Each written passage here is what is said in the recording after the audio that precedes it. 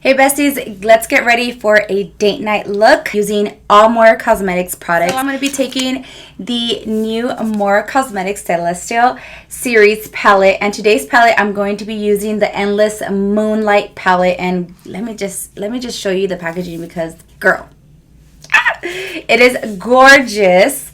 Look at the detail of the palette. Cute. So you open her up, she looks like this.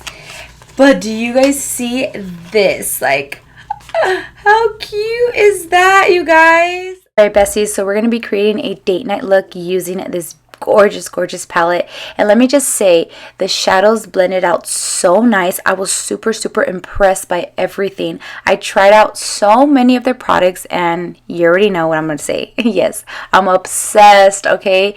Everything just came out so nice and so beautiful. I love the foundation, you guys. It was amazing. So yeah, you guys, you can see that I'm just using everything of their products. I hope you guys enjoy this tutorial because look at how pretty. This is so cute. Everything came out so beautiful. I am so in love.